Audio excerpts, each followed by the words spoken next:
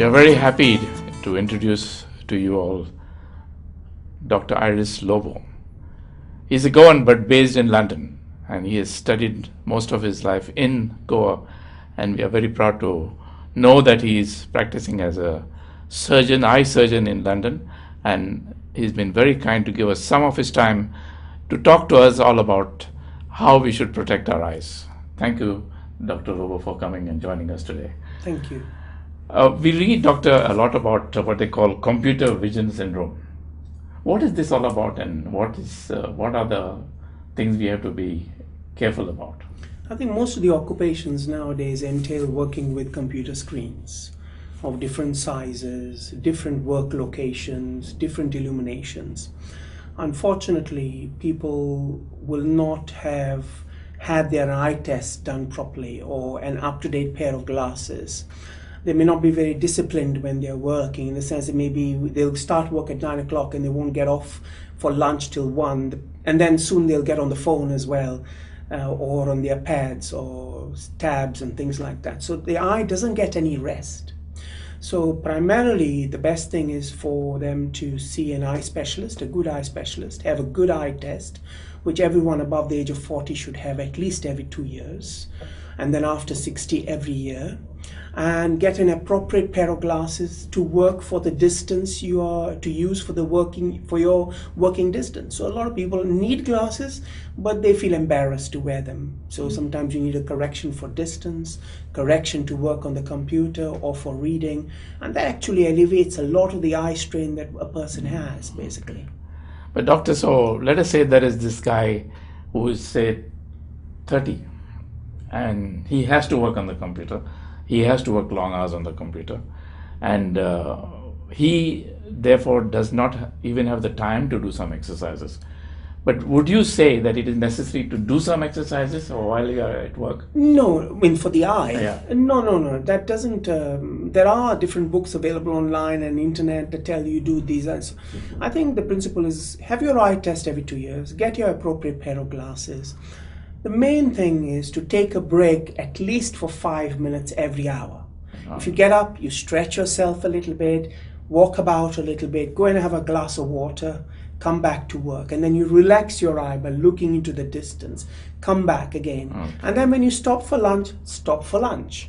Don't go and start looking at your phone or your tab, because your eyes are just being used all the time. Okay. So you just need to relax, maybe go and have a chat with a colleague or a friend, or just sit doing nothing basically, and your eye sort of gets refreshed for your afternoon session. You know, in olden days, probably people would go and have a nap, a power nap we call it. That's a way of resting, but we don't do that nowadays. So that also. Doctor, you mentioned that after 40, one would require a test every year. What about people who are below 40? Again, every 2 years. Every 2 years? Yes. Above 40 and below 40, every 2 years. Okay. Above 60 is every year. All right, okay. Now, a lot of people complain of dryness or itchiness in the eyes. What is the cause of this? Is it an environment issue, or what is it? Possibly it's multifactorial. So it could be due to environment, lots of dust in the air and things like that. But also, temperatures are rising. As we know, it's getting hotter every year. We work in air-conditioned spaces, so a lot of it is dry air. In the United Kingdom, we have central heating. We moisturize our skin, but we forget our eyes also dry up, and so that can be an element of dry eye. Also staring at a screen for long hours, which means we forget to blink. Blinking is very important to spread the tear film so we can dry. And basically, as we get older, the tear film, which is such an important part, and we don't understand it very well, we take it for granted. So the quality and quantity of the tear films deteriorates over time. And that can give rise to dry eye as well. So the main thing is a lot of people go to work, they come home, they go to sleep, they need to wash their eyes, so all the dust. Over years, the dust accumulates in the eye, damages the glands, and so you get this much earlier than normal. See, in some of our cities in India today, like take for example, Delhi is a classic example, where we have a lot of smog. Does that cause a problem? I think it can. So I have seen in my patients back in the UK, depending on their occupation, You can look back, look into their eyes, and you can see debris that has collected over years. And the glands that produce the tears are very tiny glands, and they get easily clogged up by dirt. And so once they get clogged up, they're not going to come back again. They just get damaged permanently. Oh, I see. So you then have to use artificial lubricant tears to keep your eyes moist. Oh, I see. There is such a thing as artificial lubricant tears? That's right, yes. And then there are either in the form of eye drops, or you can get it as gel tears. So I usually advise my patient to use gel tears, so they use it less often, to keep it in the fridge so it feels nice and cool, and at night to put ointment in the eye. Okay. It's probably available here too, but That's not right, as... okay. Would you say that the problems in UK in terms of eye issues are similar to the people in Goa? I think there is a lot of similarity. Depends that, for example, my field of work is mainly working with the back of the eye. So people are living longer even in Goa, so you get now macular degeneration, which wasn't the case when I was training. Then you have diabetic eye disease or glaucoma, cataracts and things. Those are common across the world. The way you work and when you operate may vary from location to location depending on local pressures, but yes, the pathology is almost the same. Our understanding may be a bit different. You know, as you get older, your vision tends to dissipate a bit. You go to a doctor and he says you need a cataract. I remember I went to a doctor and he said, hey, your eyes you need a cataract, but they're not kind of ripe enough. What is this thing, ripe enough? And is that the term that is used nowadays, or is it something old-fashioned, or what is it? So when I used to train, we used to wait for the type of surgery we used to do in the 1990s. We used to wait for the eye to get the cataract to get very mature. Okay. Because that was what we required for that operation. Right. Nowadays, we use, for example, phacoemulsification, which is a very sensitive way of operating. You don't want that to be a very mature because the complication rates and the risks are much higher. So you want to operate much sooner. A lot of people drive, for example. To drive in the UK, you need to be able to see a number plate at 20.5 meters. If you can't, you're illegal to drive. If you're suffering with glare from oncoming headlights, you are at risk. The cataracts make it worse. So it's not about that. It's about what is your quality of life. If you are losing vision and you aren't able to do the things you like to do, you aren't able to drive safely, you aren't able to read, it's time to do the cataract. No, so a doctor here, as I said, he told me, in fact, that your thing is not ripe. This thing called ripe, it doesn't really exist anymore. It doesn't really exist anymore, not for the new way of doing cataract, because it just makes it too risky if you wait for it to harden up. You want to do it. You don't want to do it too soon either, because you want to weigh the benefits and the risks. If your vision is still good, yes, we all get cataracts after the age of 55, 60. All it means that your natural lens is getting a bit hazy. That's all it means. Cataract, in other words, is like a waterfall. Your vision is getting misty. Most often, until a certain point, glasses can improve your vision. After a certain point, glasses can't improve. That's when you need to go and have your cataract done. All right. Now, post-cataract, there is a thing called degeneration of the eyes. Yes. What is that all about? So we always think that our eyes are separate entities from the rest of our body. So our hair ages and grays, our skin changes, our whole body changes.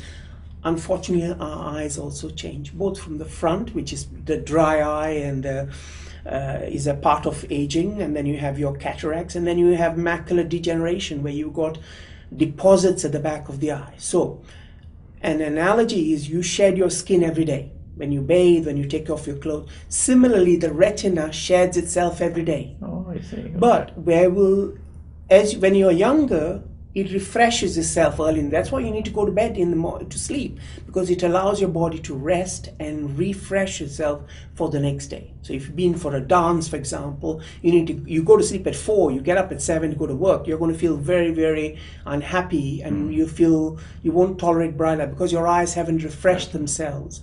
So as we get older, the debris that normally would be chucked out stays. That gives rise to macular degeneration. And what is the solution for that?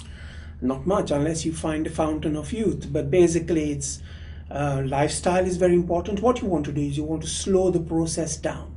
So you want to look after your health well, stop smoking because that's the worst risk factor for macular degeneration. You need to eat well, lots of dark colored greens, vegetables. Oily fish is better. So the oilier the fish, the better, like sardines, mackerels, things like that. Dark colored greens, peppers, corn, green peas, spinach, kale. Whether you protect your eyes from bright sunlight, whether it helps at all, we are not sure yet. But definitely smoking is a big no-no. It's the first time I'm hearing about smoking and eyes. Yes. Yeah. It's a big risk factor for eyes, basically, overall. All right, okay. So can it lead to blindness?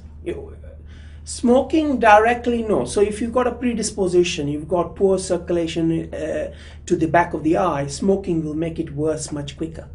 So similarly, smoking contributes to heart attacks, smoking contributes to strokes, smoking can also contribute to deterioration in your eyes and blindness as well. What about alcohol?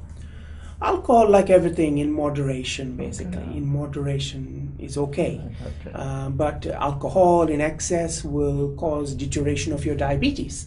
And that that itself can creates affect another- your eyes okay, and right, things okay. like that, yes. Doctor, you might have seen, of course you have seen, and I'm sure all of us see, that a lot of our kids nowadays, including little ones, 3 to 5 years, they are there on that smartphone or the iPad, and they can go on looking at those games or whatever they are watching for hours together. Do you have any advice for parents on what to do about all this? I think this is the age that we live in, and those are the tools that people use nowadays for education and things like that. I think it's important for parents to think back of their own childhood, for example. And I was speaking to you earlier when I met a friend this morning. We're talking about our childhood. Most of our childhood was spent outside. We didn't have any of these things. And that's very important because now we know that the longer you spend time looking at things close up before a certain age, you're more likely to become short-sighted as you get older.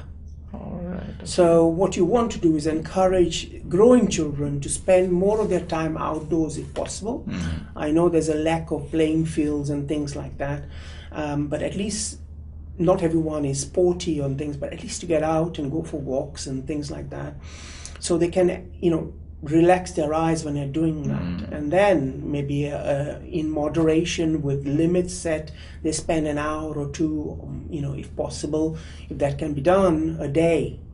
And say on a weekend, right, that's no. Over the weekend, let's go and do something else. Let's go somewhere to the beach or whatever else. So parents who hear that, your child should have a lot of outdoor usage. Because if you're all the time on the computer, if you're all the time watching games, if you're all the time doing these things, you're sure to have your child having problems with your eyes as they go older. So be careful. Listen to this fantastic advice you're getting from a doctor who's been in this business for the last 25 years. And he knows what he's talking about. So please be careful. All right, doctor. Thank you so much for that. On another issue, doctor, this thing called glaucoma, I believe it's a kind of a sudden blindness. You don't even know that it is going to hit you. What steps can one take to avoid blindness or nearing blindness?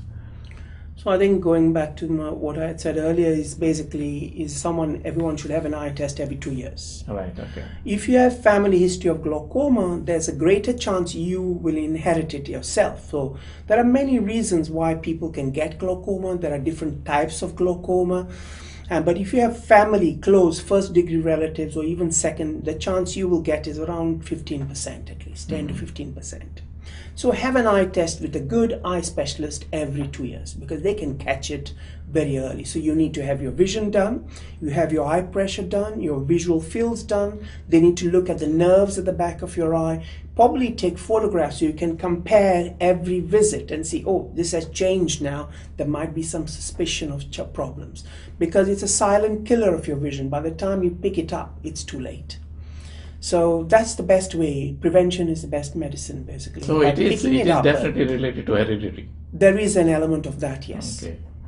So since it is silent and you have done your test, most of us go to an optician and do our test. But what you're really saying is that it has to be a more a more deeper test, so that you can catch it, particularly if your immediate family has had this kind of problem. That is correct, okay, yes. Right, okay. Now, another problem hitting Goa, doctor, is diabetes. And we know that diabetes causes all sorts of problems, heart problems, this, etc., etc. Does it have any relationship with your eye? Almost always. So the longer you are diabetic, you're more likely to develop diabetic eye disease. If you are poorly controlled diabetic, the more likely you are to lose your vision because of diabetic eye disease. Unfortunately, it is a disease that affects people who lead sedentary lifestyles. And as you know now, most of us have got vehicles in Goa, cars or motorbikes. We don't have those. We don't walk much. We don't have much exercise. And so it's not something we used to know about much before, unless you were quite prosperous background kind of thing. But very often, when you go for an eye test, you can pick up sometimes, and you may not even know that you are diabetic. It's the eye test will pick up that you are. So again, you need to identify a good eye specialist that understands that when you are diagnosed with diabetes, it's best that they see you at least every year to see if there is change. Because if there is change in your eye, it tells you may need to go back to basics and look at your diabetic management. So you need to own that situation and use that as a tool to understand your diabetes better. So is it true, therefore, that a person who doesn't take care would or could land up in being blind? Highly likely. Now, depends where you live, and so, for example, maybe in Goa, for example, people are more likely to survive less long, not long enough to experience blindness, because they may have a heart problem or a kidney problem, because they're not so good at managing their diabetes well. While in the United Kingdom, they live longer, they're more likely to develop blindness before they develop other issues. Oh, I see. Okay. So just the way that things are managed is different. So it depends on how the management of other conditions. If the other conditions are managed poorly, you're more likely to suffer from them first before you suffer from blindness. Okay, right, okay. Doctor, there is this thing called LASIK. Yeah. Can you tell us a little bit more about that, please? I think it's a way of correcting your need for glasses, basically. So there are different terms used. There are different ways, depending on the specialist you go to, where they either laser the surface of your eye to correct a short-sightedness or long-sightedness, and then they reduce the chance of requiring glasses. Unfortunately, most often that tends to be a temporary measure for 5 or 10 years. After 40, you will definitely need glasses for reading. That's one thing. Secondly is that it doesn't stop you from getting cataracts or any other eye problem. But because there's been a change in the integrity of the eye, it changes things in the way your eye is going to behave in the future. So if a person is going to have LASIK surgery or any refractive laser surgery, they need to keep all their paperwork from before it is done and everything after it is done. Because when they get older and they need cataract surgery, the surgeon needs to know what was their prescription before they had LASIK. So because if you have cataract surgery and you were short-sighted, we use a particular formula for short-sighted individuals. If you're long-sighted, we use a different formula. If you don't have that information, there is a chance they could end up with a sudden surprise after the cataract surgery. So it's very important.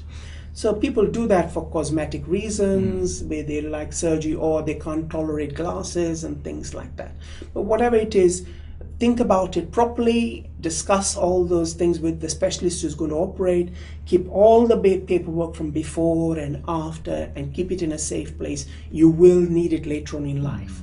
If you have someone in your family that has glaucoma or you're at a risk of glaucoma, think twice, because you change the way you assess glaucoma in those patients is different from the way you assess glaucoma in someone who hasn't had LASIK, because you've changed the integrity of the eye. Has contact lenses got anything to do with LASIK? No. Contact lenses, I wear contact lenses because of the shape of my eye. Contact lenses is a nice way to avoid having LASIK surgery. So if you can manage with contact, unfortunately here, because of the dust and everything, you can, and people ride bikes, and you can wear glasses to protect your eyes so you don't get the dust in your eyes. Right, okay. But otherwise, it can be painful when you get specks of dust under the contact lens. Okay. But it's a way to avoid having any intervention if you are able to tolerate good, able to tolerate good quality contact lenses. Yeah, right. Doctor, one final question, if I may. The situation in Goa is such that if you donate your eyes, you will, at the time of you're nearing that point or whatever, 70 plus maybe, perhaps, people are a little bit reluctant to donate eyes because they say, oh, how can we bury this guy, and all that sort of thing. What is done actually when you say that you're going to donate your eyes? What actually does the surgeon do? So in the United Kingdom, the law as it stands is you have to opt in for donation. So I'm a donor there on the register. They wouldn't be able to use my eyes because of my problem, but they could take other things of my other parts of my body. But the law is going to change. I think in other parts of the United Kingdom, you have to opt out. You're compulsorily on the donor register. You have to opt out. Oh, I see. Relatives, depending on your religious background, are reluctant for donation to take place for the same reason that you mentioned about life after death and so on. But it shouldn't affect people from Christian background or for Catholics, basically, about that element, as the church has recognized that donating your organs is very useful for mankind. Okay.